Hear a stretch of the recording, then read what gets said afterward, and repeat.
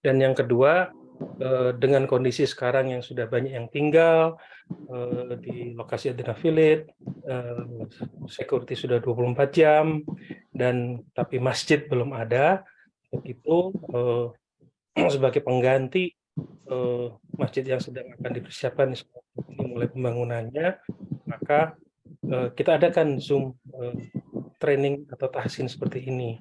Dan mungkin ada yang menanyakan,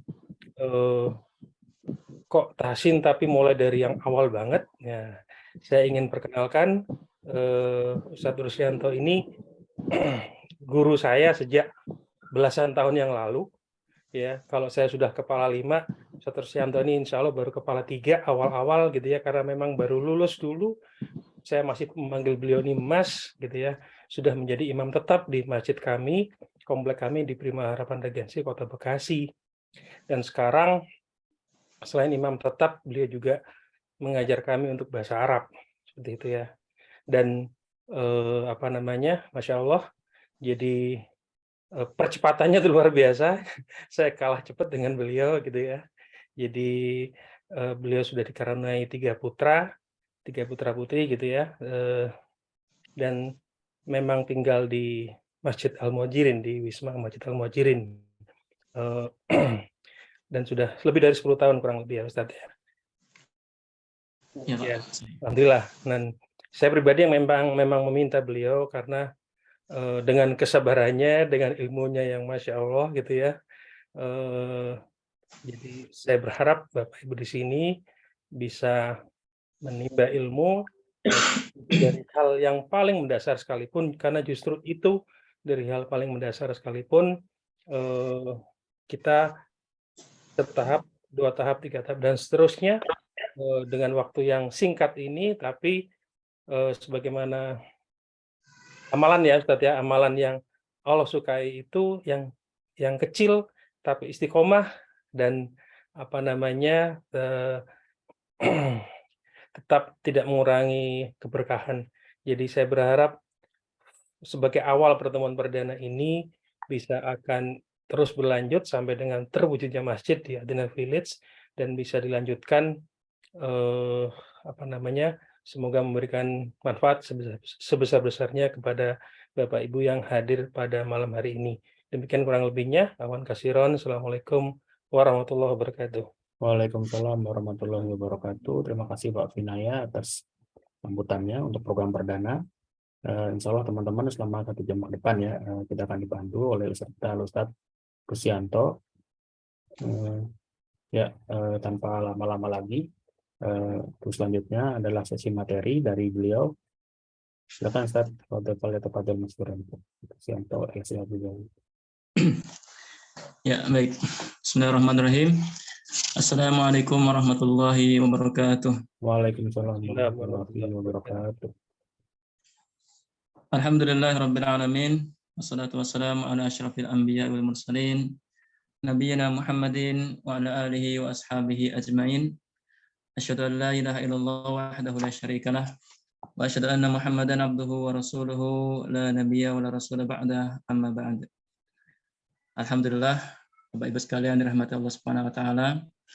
Kita bersyukur kepada Allah atas limpahan rahmat dan karunia-Nya kepada kita sekalian, terutama nikmat iman, nikmat Islam, nikmat kesehatan, dan nikmat waktu luang, ya, sehingga malam hari ini kita masih diberikan kemudahan untuk sama-sama mempelajari ilmu syar'i, dan ini adalah nikmat yang sangat besar, ya, karena tidak semua orang diberikan kemudahan ya untuk mendalami agama Islam.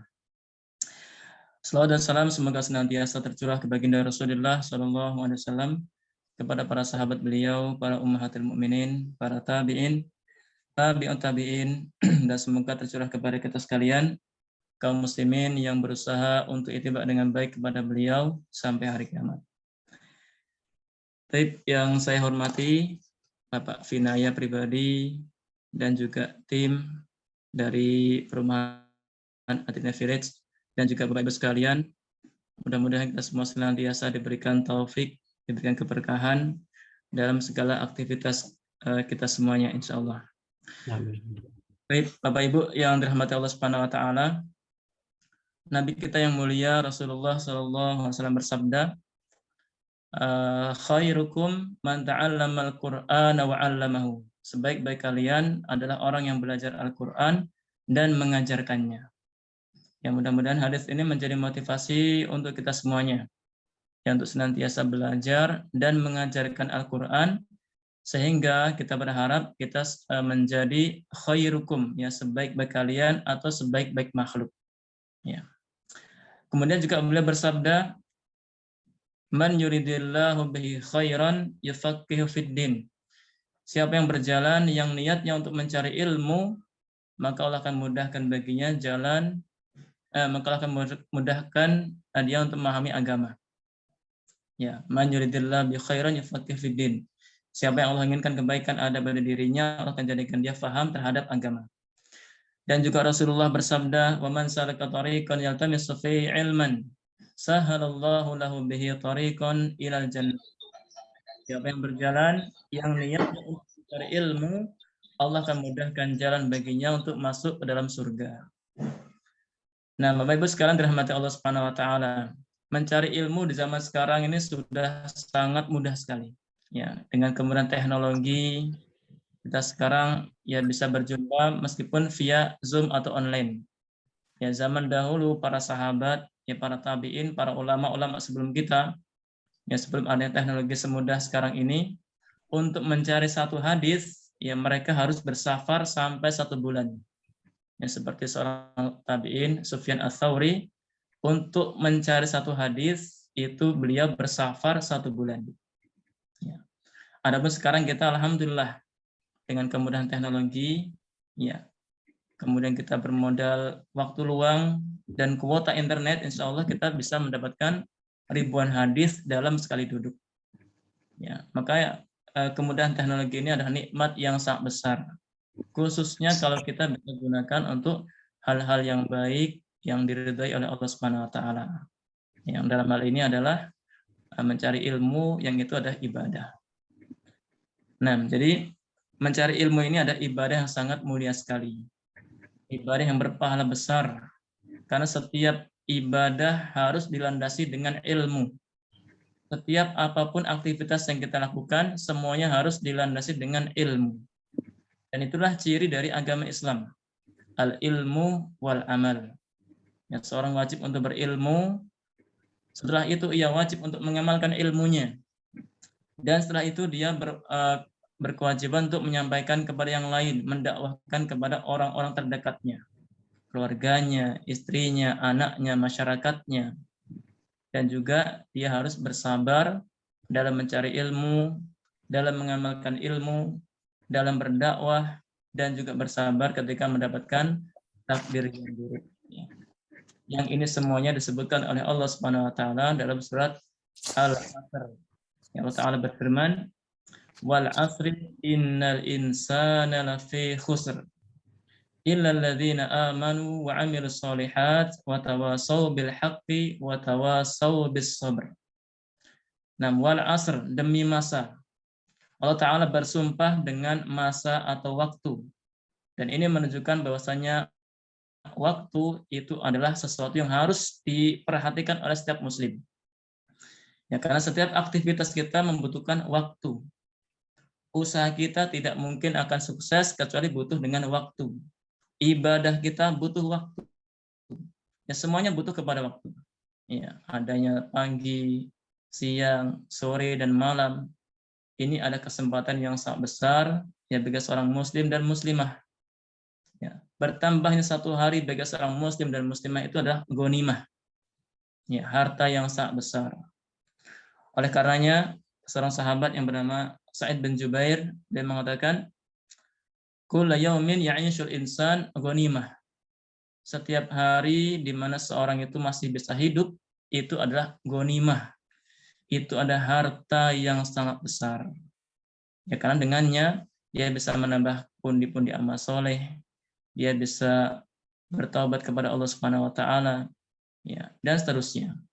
Ya, maka dari itu, ya, waktu luang yang kita miliki, ya pagi, siang, sore, malam, mudah-mudahan semakin mendekatkan diri kita kepada Allah Subhanahu wa taala, Karena muslim yang baik itu adalah muslim yang usianya panjang dan bagus amalnya. Dan jangan sampai kita menjadi orang-orang yang usia panjang tapi buruk amalnya, na'udzubillah. Nah, Bapak Ibu sekalian dirahmati Allah Subhanahu wa taala.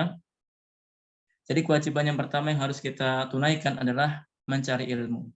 Dimanapun tempatnya, siapapun kita, mau kita pejabat, mau kita atasan atau bos, atau kita karyawan, atau kita rakyat biasa, selama dia seorang muslim atau dia muslimah, maka wajib baginya untuk mencari ilmu agama.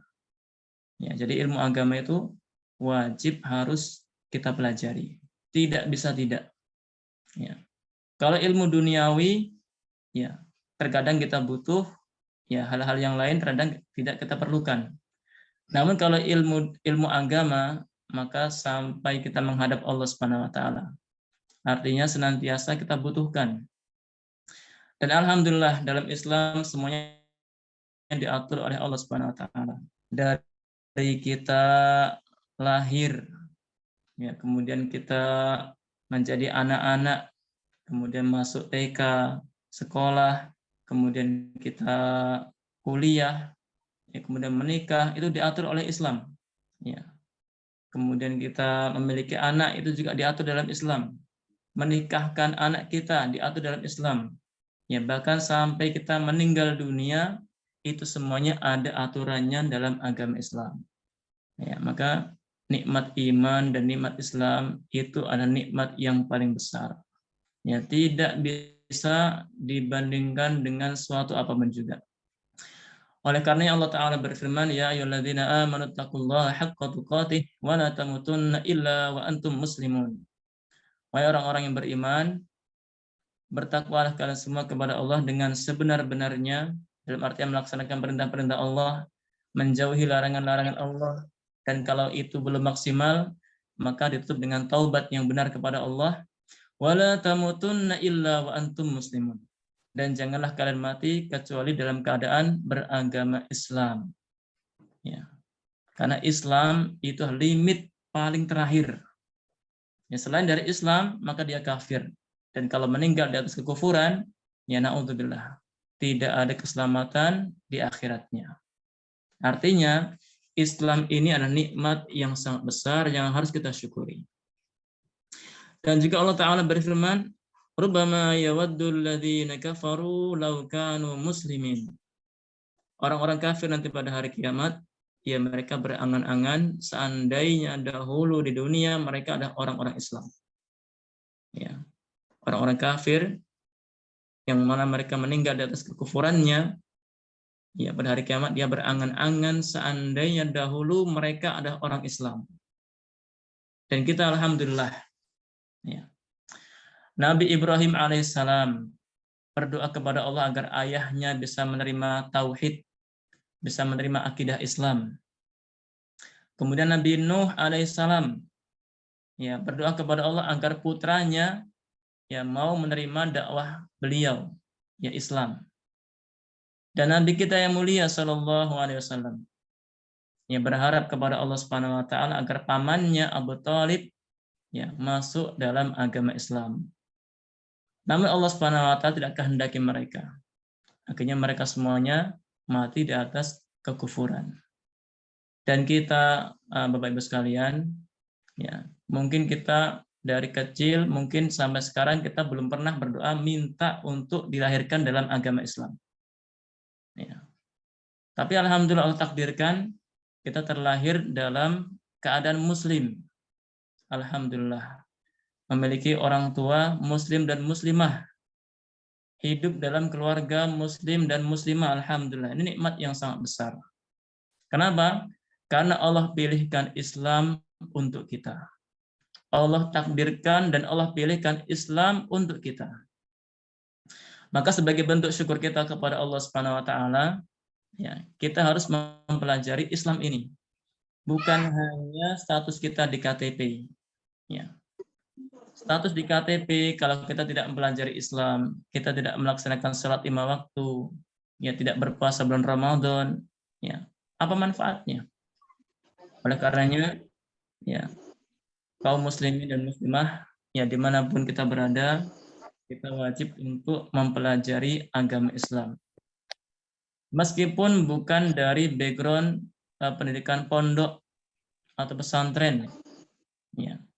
Jadi agama Islam ini wajib dipelajari oleh setiap muslim dan muslimah tanpa terkecuali.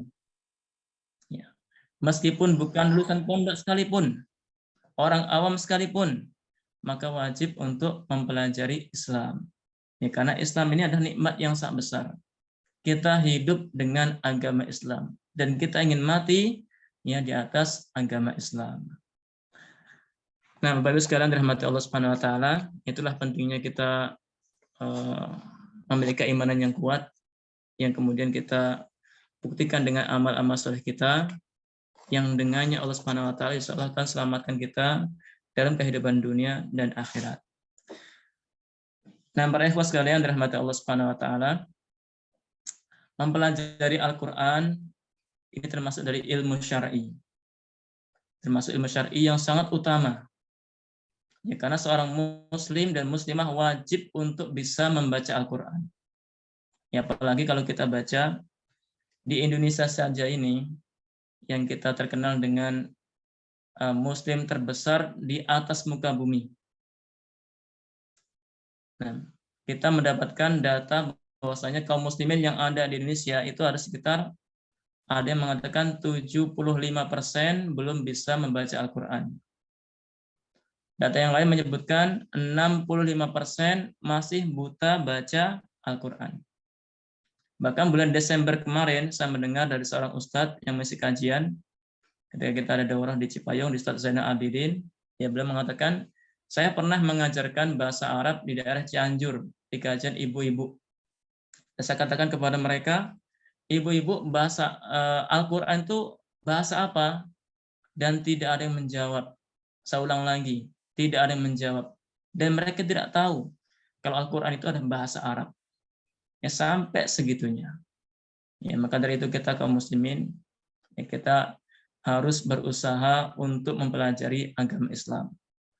Dan kita tanamkan kepada anak-anak kita untuk senantiasa belajar agama Islam. Dan alhamdulillah ya kita hidup ya di tengah kaum muslimin mayoritas ya, tinggal kita benahi sedikit-sedikit, kita saling mengingatkan, saling tolong dalam kebaikan, dan juga harus senantiasa bersabar ya ketika menghadapi sikap dari sahabat kita yang kurang mengenakan misalnya, atau mungkin salah paham. Kita harus mengutamakan persatuan dan kesatuan kaum muslimin di atas akidah yang benar. Nah, Bapak Ibu sekalian dirahmati Allah Subhanahu wa taala, Nabi kita mengatakan khairukum man ta'allama al-Qur'ana wa 'allamahu. Sebaik-baik kalian adalah orang yang belajar Al-Qur'an dan mengajarkannya. Di hadis yang lain beliau katakan, Iqra'ul Qur'an fa innahu ya'ti yaumal qiyamah syafi'an li ashabihi. Bacalah oleh kalian Al-Qur'an, sungguh dia akan datang pada hari kiamat sebagai pemberi syafaat bagi orang-orang yang membacanya. Ya. Jadi orang-orang terbiasa baca Al-Quran, senantiasa bermusahabah, senantiasa berteman dekat dengan Al-Quran. Ya, ketika di dunia dia sering baca Quran, sering murojaah, maka kelak pada hari kiamat dia akan diberikan syafaat oleh Al-Quran. Dan sekarang kita berada di bulan Sya'ban. Ya.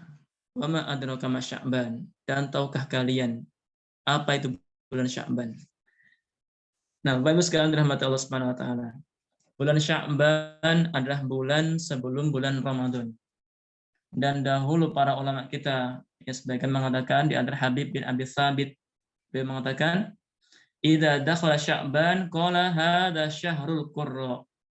Ya, jika telah masuk bulan Sya'ban, maka Habib bin Abi Thabit beliau mengatakan ini adalah bulannya Al-Qurra, ya, para pembaca Al-Qur'an. Artinya kehidupan orang-orang soleh sebelum kita, orang-orang soleh terdahulu, bulan Sya'ban ini mereka isi dengan berbagai macam amal soleh, di antaranya adalah dengan memperbanyak baca Al-Qur'an. Dan di antara yang lain juga adalah mengisi bulan Sya'ban dengan melakukan banyak puasa sunnah.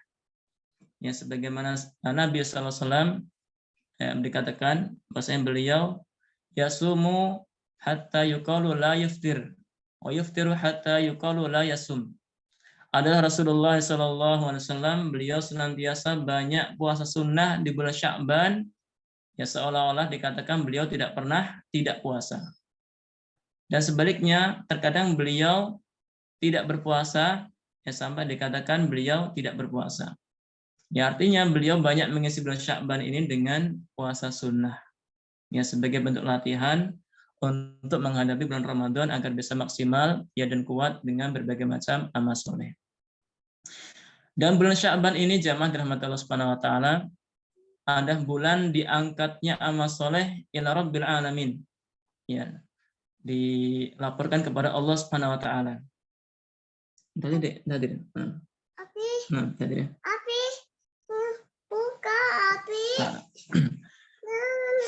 Nah, dan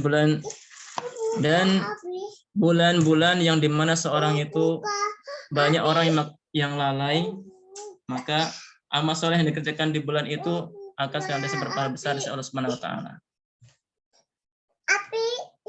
Dek, tali.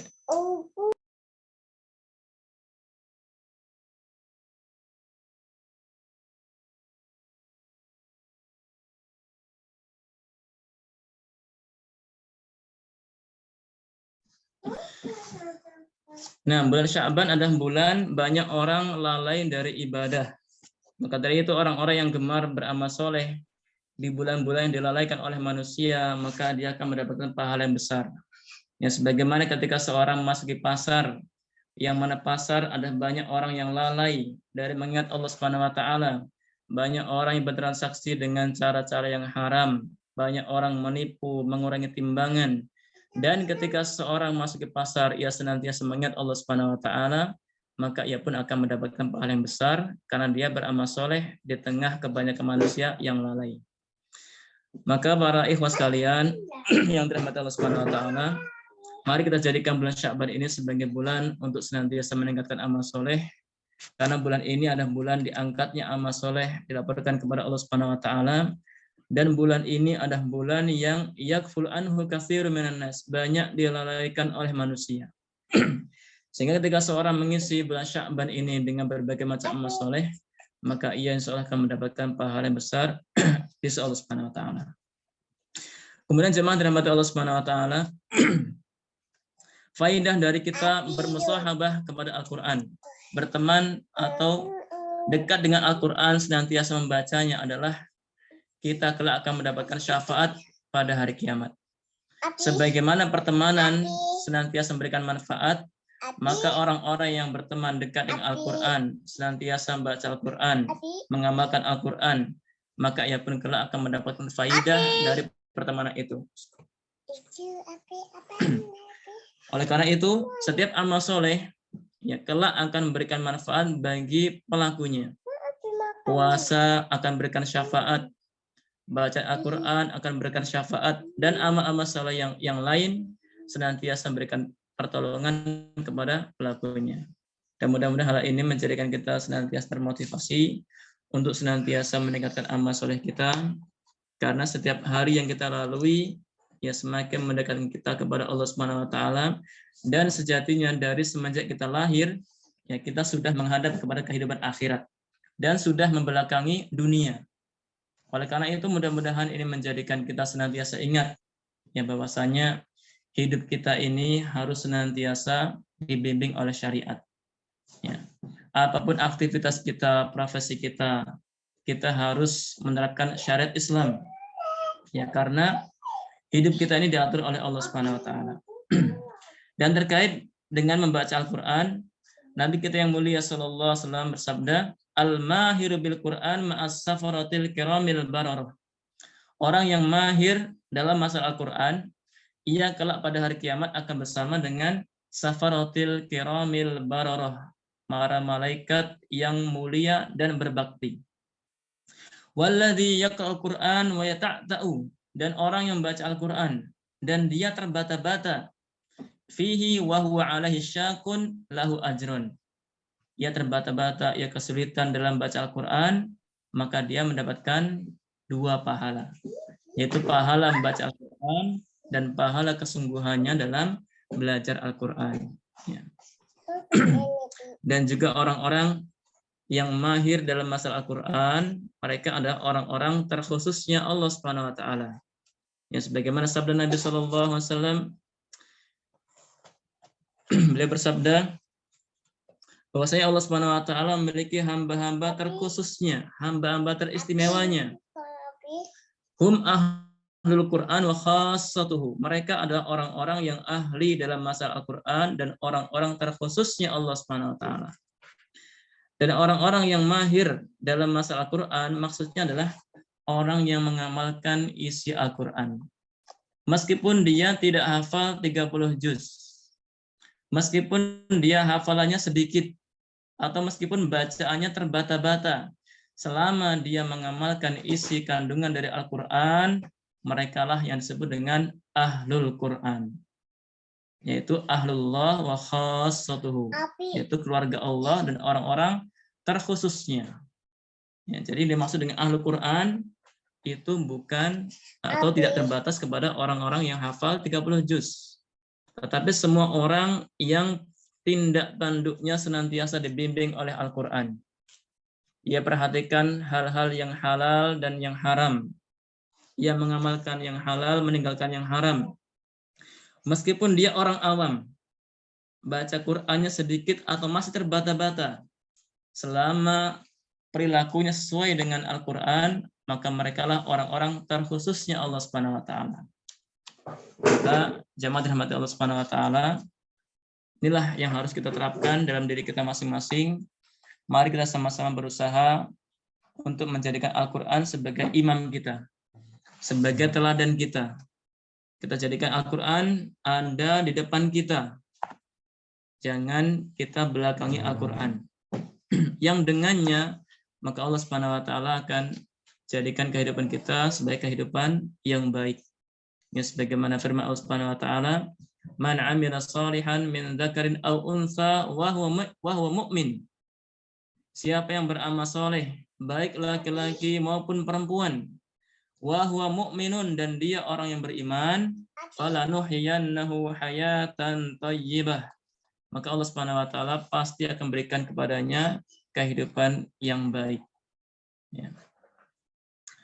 Kemudian untuk membaca Al-Quran ini, ya tidak seperti bacaan-bacaan yang lain.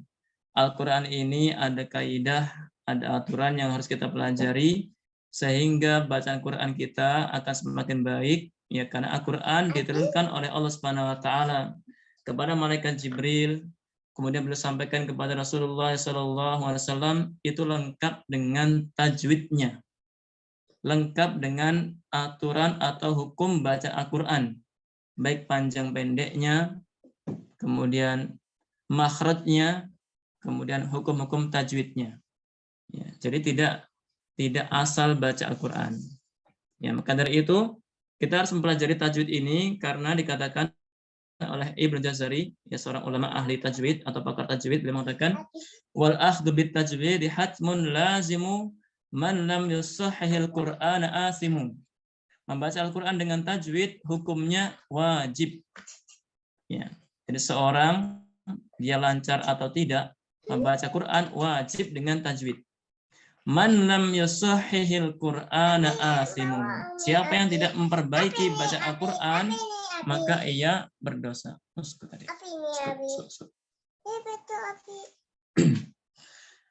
Nah, li'annahu bihil ilahu anzala wa hakadha minhu ilaina wasala. Karena dengan tajwidlah Allah menurunkan Al-Quran, dan demikian pula Al-Quran itu sampai kepada kita semuanya.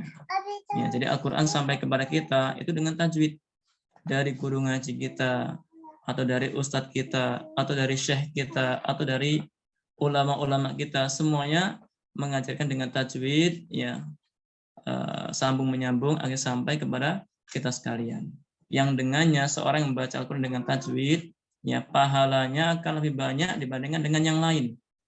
Tetapi orang-orang yang membaca Al-Quran dengan tidak tanpa tajwid, maka dia akan banyak kesalahan. Bisa jadi ia salah baca. Dan yang paling fatal adalah bisa jadi ia akan terjatuh kepada merubah makna dari Al-Quran. Ya, karena Al-Quran itu bukan bacaan tanpa makna. Al-Quran itu adalah kalamullah, firman Allah Subhanahu wa taala, dan memiliki makna. Oleh karenanya seorang yang membaca Al-Quran wajib dengan tajwid ya agar terjaga maknanya dan tidak terjatuh kepada salah faham atau malah merubah makna. Na'udzubillah. Nah, maka dari itu mudah-mudahan kita semua diberikan taufik dan bimbingan oleh Allah Subhanahu wa taala untuk senantiasa belajar, untuk senantiasa sungguh-sungguh ya dan sabar dalam belajar, karena sungguhnya ilmu itu ya ilmu agama itu semuanya berat. Ilmu agama itu semuanya berat dan butuh kepada kesabaran, butuh kepada kesungguhan. Ya. Oleh karenanya orang-orang yang dia bisa meluangkan waktu untuk belajar agama itu orang-orang yang sabar, orang-orang yang sungguh-sungguh. Ya, karena tidak semua orang ya diberikan kesempatan, diberikan kemudahan untuk belajar. Ya.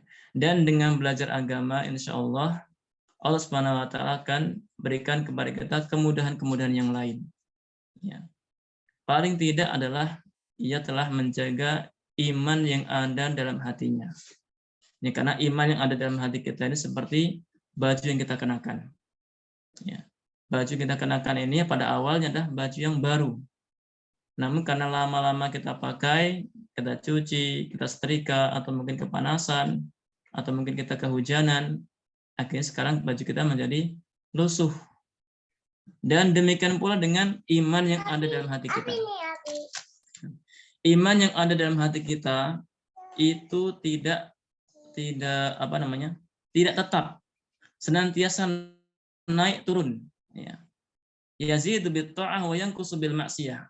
Iman akan naik dengan ketaatan dan akan berkurang seiring dengan kemaksiatan atau dosa yang kita lakukan. Jadi iman kita tidak tetap, naik turun dan bisa jadi lemah. Ya, maka dengan belajar agama, dengan membaca Al-Quran, dengan beribadah dan yang lainnya, insya Allah iman kita akan meningkat, akan bertambah. Ya, dan itu kewajiban setiap kita. Ya, nikmat yang paling besar kita miliki adalah nikmat iman dan nikmat Islam. Namun kita pun harus merawatnya, harus maintenance, harus merawatnya. Tidak dibiarkan begitu saja. Ya, sehingga orang-orang yang dia memperhatikan imannya, dia menjaga imannya, dia akan mudah tersentuh dengan bacaan Quran, akan mudah untuk menerima nasihat, ya, dan yang lainnya. Dan agama kita itu adalah nasihat. Nabi kita bersabda, ad-dinun nasihah, ad-dinun nasihah, ad-dinun nasihah. Agama itu adalah nasihat. Agama itu adalah nasihat. Agama itu adalah nasihat. Dan nasihat itu, Bapak Ibu sekalian, nasihat itu seperti cambukan. Ya.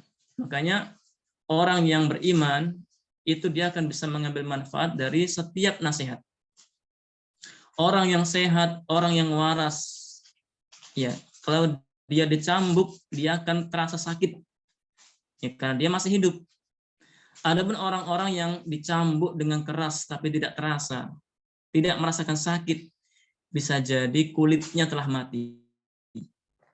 Demikian juga dengan orang-orang yang tidak menerima nasihat. Ya, bisa jadi hatinya telah mati, na'udzubillah.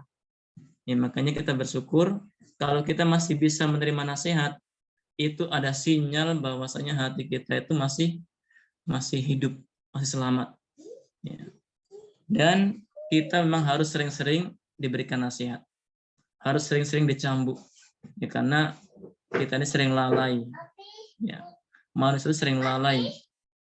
Ya, iman kita naik dan turun, sering lalai. Mungkin di masjid kita semangat ibadah tinggi, namun ketika bersama dengan keluarga, dengan anak-anak, iman kita turun lagi. Ketika di kajian kita semangat, ya seperti seolah-olah kita melihat pahala yang besar, kita semangat. Namun ketika kita pulang, ya kita berkumpul dengan keluarga, kita lalai lagi, kita lupa lagi. Dan ini hal yang biasa, ini hal yang lumrah. Ya, sebagaimana hal ini dialami oleh para sahabat Nabi, di antaranya ada Handhalah. Ya, beliau mengatakan, "Ya Rasulullah, ketika kami bersama dengan Anda, kami merasakan seolah-olah kami melihat surga dengan mata kami sendiri. Namun ketika kami pulang ke rumah, berkumpul dengan istri, dengan anak, kami lalai ya Rasulullah." Maka Nabi katakan yang artinya, "Sa'atan sa'ah, wa yahandolah." Ya, ketaatan itu ada waktunya. Ketaatan itu ada waktunya. Ya, karena kalau ketaatanmu senantiasa konsisten, setiap saat engkau taat, lasofahat kumul malaikah, ya, fi turuqikum wa aswaqikum, atau kama qala Nabi sallallahu alaihi wasallam. Kalau ketaatan kalian senantiasa sama terus, tidak turun-turun, maka pasti malaikat akan menjabat tangan-tangan kalian di jalan-jalan dan di pasar-pasar. Ya, artinya ketaatan kita ini naik turun.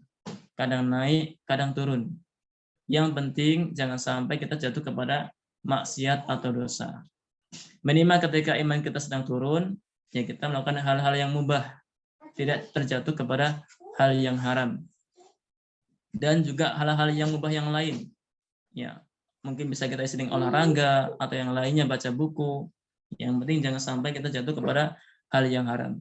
Dan kalau ditakdirkan jatuh kepada hal yang haram, maka kita tidak menyalahkan takdir, namun semuanya itu karena perbuatan kita sendiri.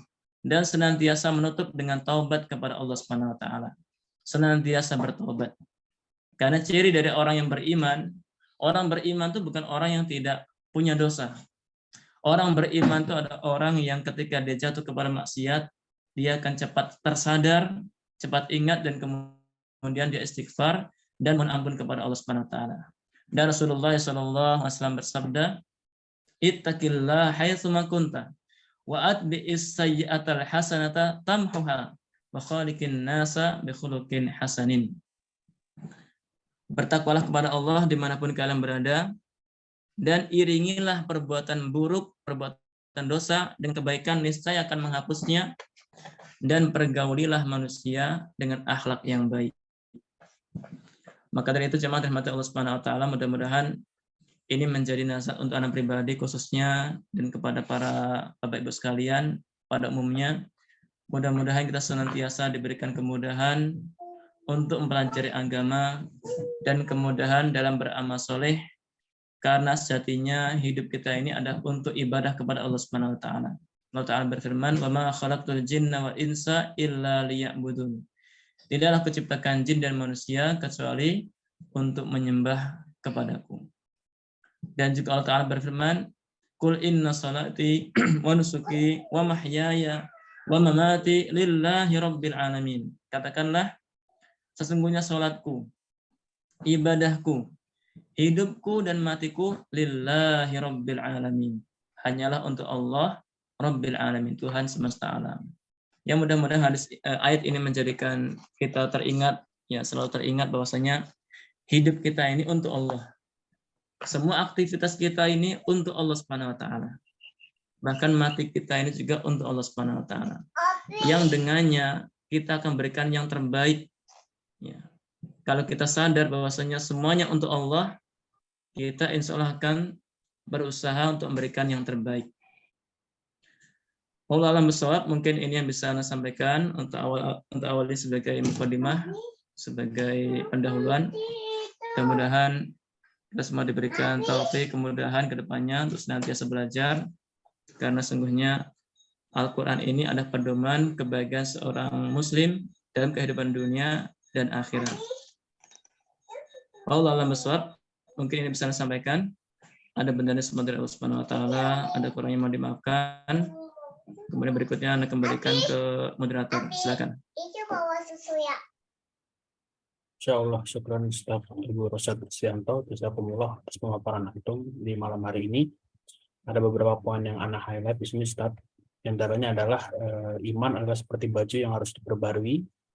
Maka kita harus senantiasa memperbarui iman kita dengan cara menuntut ilmu syar'i, dan juga harus sering mendapatkan nasihat dari Al-Ustaz dan teman-teman. Lalu salah satu sinyal bahwasanya hati masih hidup adalah kemampuan kita menerima nasihat, karena jika tidak ada yang kita tidak bisa menerima nasihat dari orang-orang terdekat, dari al-ustaz, maka itu sinyal bahwasanya hati kita sudah mati, insya Allah. Baik, terima kasih Al-Ustaz Abdul Razak Susianto atas pemaparan materinya pada malam hari ini. Selanjutnya mungkin jawab yang silakan saya buka untuk dua penanya. Silakan untuk menanyakan materi pada malam hari ini. Bisa raise hand atau langsung open mic. Silakan sahabat semua.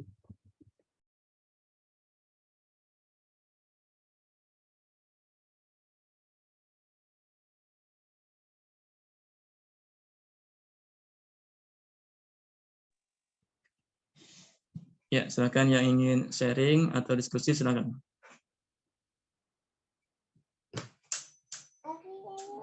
Assalamualaikum warahmatullahi wabarakatuh. Pak Ustadz, Waalaikumsalam warahmatullahi wabarakatuh. ya, Silakan, izin Pak Suri. bertanya Pak Ustadz. Ya. Kan tadi kan terkait sekarang kan bulan Syaban ya. Jadi Rasul kan belajar puasa kan. Nah, puasa sunnah. Kan puasa sunnah itu kan ada yang puasa Senin Kamis, Ayamul Bid, sama puasa Daud ya Ustadz ya, yang Iya, Pak. sehari puasa sehari enggak. Betul. Nah, kalau misal tadi saya pernah dengar dari mertua kalau sebelum menjelang Ramadan itu puasa sunnahnya dihentikan atau sekitar 2 hari atau 3 hari. Itu benar nggak sih, Pak Ustadz? Iya. Betul, Pak. Nabi kita yang mulia sallallahu alaihi wasallam bersabda, la taqaddamu ramadhana bi shaumi yaumain aw yaumaini. Ya, jadi jangan kalian dahului Ramadan dengan puasa 1 hari sebelumnya atau puasa 2 hari sebelumnya. Ya, kenapa begitu? Karena puasa Ramadan itu ada puasa wajib. Yang pertama. Jadi namanya puasa wajib itu semua kaum muslimin harus serentak, harus bareng-bareng, harus bersama. Satu Ramadannya bareng. Jadi satu wilayah, satu negara itu harus bersama karena persatuan kaum muslimin itu yang paling utama. Ya, jadi hadis tadi itu menunjukkan tentang pentingnya menjaga persatuan kaum muslimin. Ya. Kemudian faedah yang berikut yang kedua adalah diperbolehkan bagi seorang terbiasa dengan puasa sunnah, ya Senin, Kamis, atau puasa Daud atau yang lainnya. Kemudian jika itu bertepatan dengan 1 hari sebelum 1 Ramadan atau 2 hari sebelum 1 Ramadan, maka tidak mengapa dia melaksanakan puasa sunnah. Karena dia sudah terbiasa dengan puasa-puasa sunnah yang dia jalankan sepanjang tahun. Ya, tapi kalau dia tidak pernah puasa sunnah sepanjang tahun, kemudian tiba-tiba dia puasa 1 hari sebelum Ramadan atau 2 hari sebelum Ramadan, nah ini yang dilarang. Karena akan dikhawatirkan, ya mungkin ada yang berpendapat dia telah berpuasa Ramadan, padahal belum masuk 1 Ramadan. Gitu, Pak. Jadi hadis tadi sahih, ya. Jadi tidak boleh mendahului Ramadan dengan puasa 1 hari atau 2 hari sebelumnya. Nah, wallahu a'lam bishawab. Baik, terima kasih. Jazakallahu khair, Pak Ustadz. Baik, terima kasih Ustaz atas penjelasannya. Mungkin satu orang lagi, silakan.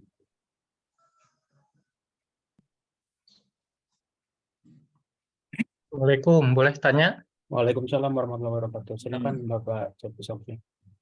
Ya, ini kebetulan tadi pagi saya ikut pembelajaran dan pembelajarnya itu menyatakan bahwa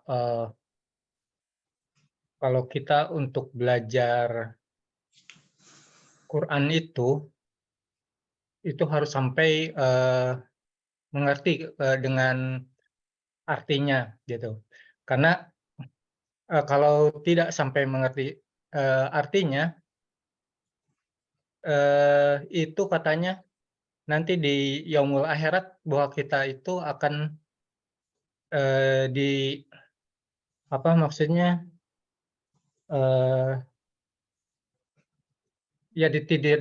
dicela oleh Al-Quran itu sendiri katanya, begitu. Apakah itu begitu akan terjadi karena bukan ini ya, bukan rahasia umum lagi gitu. Hampir masyarakat kita itu banyak yang bisa hafal tapi tidak tahu artinya gitu. Nah itu kan buat saya pribadi itu jadi semacam ini ya, penggugah gitu bahwa belajar itu bukan hanya sekedar hafal benar bacaannya, tapi juga harus benar-benar mengerti artinya. Itu yang saya tanyakan. Mohon penjelasannya Ustadz. Terima kasih. Assalamualaikum warahmatullahi wabarakatuh. Waalaikumsalam. Warahmatullahi wabarakatuh. Silakan. Ya, ya, apakah kalau kita membaca Al-Quran sementara kita tidak tahu artinya, kita akan dicela pada hari kiamat? Nah, tentunya ini menjadi motivasi kepada kita sekalian ya untuk senantiasa mengamalkan isi dari Al-Quran. Ya, sebagaimana tadi kita sampaikan bahwasanya Allah Subhanahu wa taala memiliki orang-orang terkhusus dan orang-orang teristimewanya. Yaitu mereka adalah ahlul Quran, hum ahlullahi wa khassatuhu. Mereka adalah orang-orang yang ahli dalam Al-Quran. Artinya mereka orang-orang yang senantiasa mengamalkan isi dari Al-Quran. Kehidupannya senantiasa dipandu, dituntun oleh Al-Quran. Meskipun dia orang awam, meskipun dia baca Quran belum lancar, meskipun dia hafalannya sedikit, meskipun dia tidak hafal 30 juz, yang penting dia senantiasa mengamalkan Al-Quran, meninggalkan larangan-larangan yang ada dalam Al-Quran, maka merekalah orang-orang terkhususnya Allah Subhanahu wa taala. Jadi jangan kita hanya fokus kepada bacaan yang bagus atau hafalan yang banyak. Tidak. Yang paling penting adalah kita mengamalkan isi kandungan dari Al-Quran. Itu paling penting. Adapun kalau kita fokus kepada bacaan yang bagus atau hafalan yang banyak, sementara kita tidak mengamalkan, maka na'udzubillah. Nabi kita yang mulia sallallahu alaihi wasallam bersabda, Al-Qur'anu hujjatun laka au 'alaika. Quran itu akan menjadi hujjah yang membelamu au 'alaika, atau sebaliknya akan menjadi bumerang yang mencelakakanmu.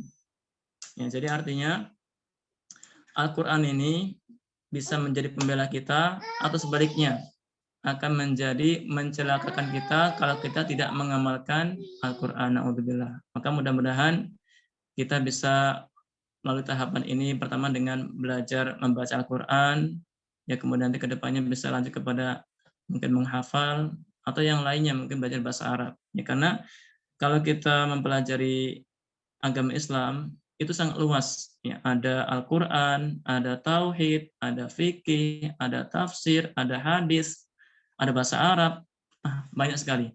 Ya, jadi kalau kita rajin belajar agama, maka ketika kita sholat atau kita baca Quran, kita akan semakin paham dan setelah itu kita akan semakin khusyuk. Ya, tapi kalau kita tidak mengerti baca Al-Quran, ya terbatas ilmu kita atau yang lainnya, ya ini menjadi motivasi untuk senantiasa terus belajar dan jangan berpuas diri. Gitu. Wallahu a'lam bishawab. Syukron, jazakumullah khairan Ustaz atas jawaban yang diberikan. Izin konfirmasi berarti materi insya Allah pekan depan mulai ya? Insya Allah, Pak. Baik. Ya. Alhamdulillah teman-teman semua sudah dapat pengantar dari Ustaz kita Ustaz Abu Rosyad Rasyanto Bizahullah. Insya Allah untuk materi akan kita mulai di pekan depan. Mohon untuk dipersiapkan teman-teman sudah mendownload untuk materinya dan juga sudah mungkin mempraktekkan bacaannya dan mempersiapkan gitu ya untuk praktek di pekan depan. Terima kasih saya ucapkan kepada sahabat semua yang telah menghadiri kajian perdana Adraka Village ya. 36 orang, saya ucapkan jazakumullah khairan katsira, barakallahu fikum, dan juga kepada Al-Ustadz yang sudah menyempatkan waktunya untuk senantiasa memberikan nasihat dan ilmu bagi kita semua. Akhirnya sampai juga kita di penghujung acara pada kesempatan malam hari ini. Marilah kita tutup kajian pada malam hari ini dengan sama-sama membaca Alhamdulillahirabbil alamin dan membaca doa kafaratul majlis. Subhanakallahumma bihamdika asyhadu an la ilaha illa anta astaghfiruka wa atubu ilaik. Terima kasih. Assalamualaikum warahmatullahi wabarakatuh.